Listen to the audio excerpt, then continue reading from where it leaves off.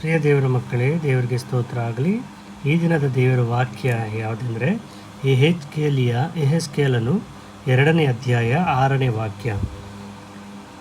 ನರಪುತ್ರನೇ, ನೀನು ಮುಳ್ಳು ಕೊಂಪೆಗಳಿಗೆ ಸಿಕ್ಕಿಕೊಂಡು ಚೇಳುಗಳ ನಡುವೆ ವಾಸಿಸುವಂತೆ ಅವರ ಮಧ್ಯದಲ್ಲಿದ್ದರೂ ಅವರಿಗೆ ಭಯಪಡಬೇಡ.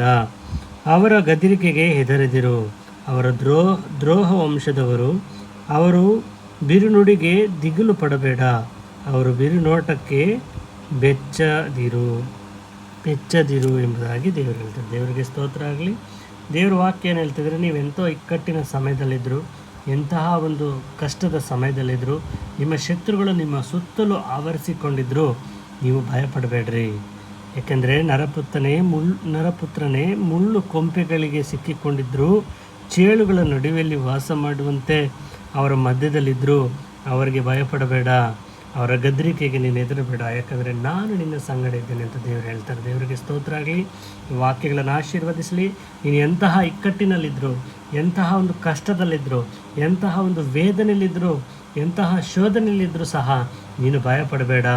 ಆ ಚೇಳುಗಳ ಮಧ್ಯದಲ್ಲಿದ್ದರೂ ಸಹ ನೀನು ಭಯಪಡಬೇಡ, ನಾನು ನಿನ್ನ ಸಂಗಡ ಇರ್ತೀನಿ ಎಂಬುದಾಗಿ ದೇವರು ನಮ್ಮನ್ನು ಈ ದಿನ ಬಲಪಡಿಸ್ತಾ ಇದ್ದಾರೆ.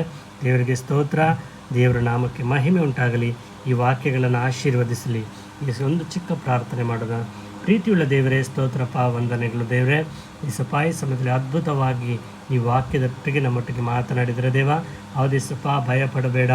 ಚೇಳುಗಳ ಮಧ್ಯದಲ್ಲಿರುವಂತೆ ನೀನು ಇರುವವರಾಗಿದ್ದರು, ಭಯಪಡಬೇಡ. ಅವರ ಗದರಿಕೆಗೆ ಹೆದರಬೇಡ, ನಾನು ನಿನ್ನ ಸಂಗಡ ಇರ್ತೇನೆ ಎಂಬುದಾಗಿ ಎಚ್ಚರಿಸಿ ನಮ್ಮನ್ನು ಬಲಪಡಿಸುವ ದೇವರೇನೇ ನಾಮಕ್ಕೆ ಸ್ತೋತ್ರಪ್ಪ. ಈ ವಾಕ್ಯಗಳನ್ನು ಆಶೀರ್ವದಿಸಿ ಬಲಪಡಿಸಬೇಕಾಗಿ ಯೇಸು ಸ್ವಾಮಿ ಹೆಸರಿನಲ್ಲಿ ಪ್ರಾರ್ಥಿಸ್ತಾ ಇದ್ದೆ ನಮ್ಮ ತಂದೆ. ಆಮೇನ್.